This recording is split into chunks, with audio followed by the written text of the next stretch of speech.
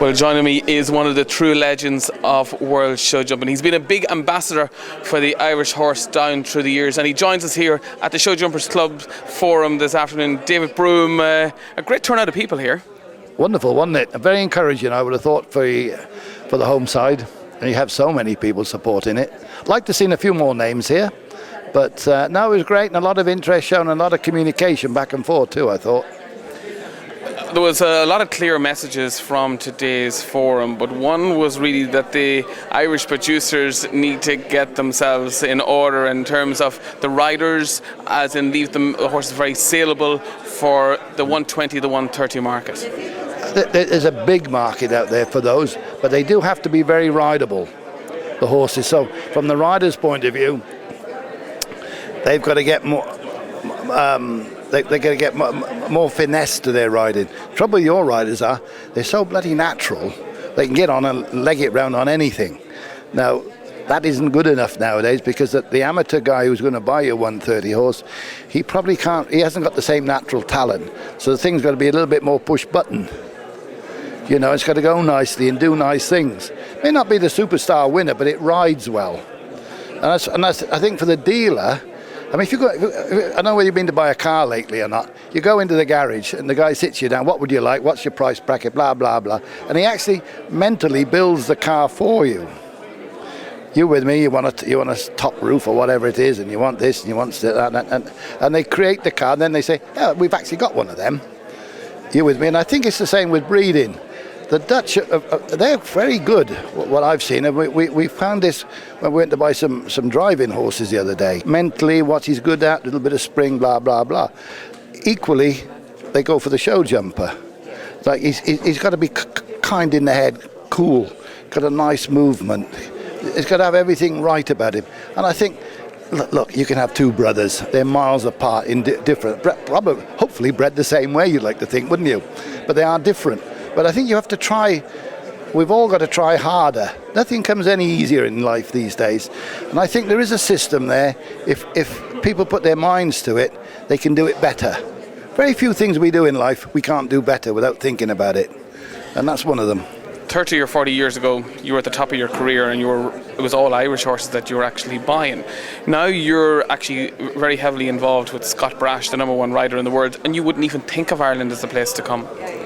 That is I find that terribly sad, because my whole career, as you said, was on Irish horses. Hope springs eternal. I mean, nothing can't be resurrected. But I think this probably conversation could have happened 20 years ago as well. So you know, from the probably outside, did. Whenever we hear from Lieutenant Colonel Jerry Mullins. Yeah, you look back and think, oh, hang on a minute, what's happened in 20 years? And I think people have got to address this problem.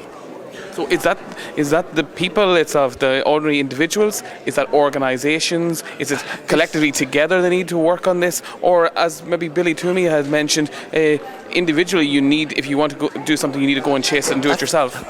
I think from the national point of view it should be government led, because you need some brains there, and I don't mean that wrongly. Somebody who's got the intellect and the time to go and understand what they're talking about with these guys, and then they come back and help the people.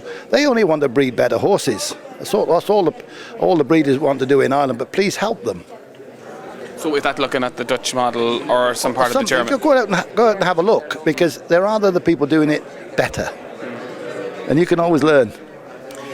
Your association with Scott Brash, the world #1, that gives you probably as much pleasure as your own career. Yeah, I mean, it's been unbelievable, the journey with him. I mean, he rides terribly well, and he's got some. I mean, I've been involved with Lord Harris buying the horses and things like that. And it's very exciting being able to do that.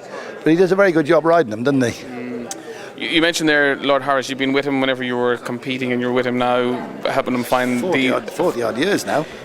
It's very important to build a solid relationship. That's advice you give to the people here today, was to actually, whenever they come out of the ring, to make sure they get in contact with the owners. The owner then feels he's involved, even if he's not at the show. He gets the buzz from it. Now, I've been very lucky with Lord Harris, because he used to show jump himself once upon a time at a level. So he understands? He understands completely, and I think I've been terribly lucky that he followed the journey, so to speak, and stayed with it and stuck with it. And I think it was great that the Olympics were in his backyard last couple of years ago, and for him to win a gold medal was out of this world. Looking at some of the young horses that are being produced here in Ireland at the moment, can you or will you think that you'll ever see a day that they'll be back as the flag bearers around the world, and to encourage people to come back and purchase, whenever they're thinking of a horse, think Ireland? I think the character of the Irish person is not going to continue taking this lying down.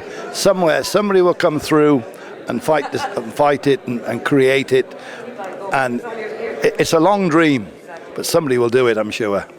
You told one story of a horse that you saw at Frank Kernan's one morning out from the breakfast table. Which horse was that, and what was the feeling?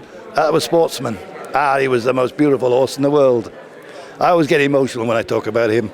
But Alwyn Shockmore gave you a bit of advice. Yeah, Alvin said when he saw a good horse, the palms of his hands started to sweat.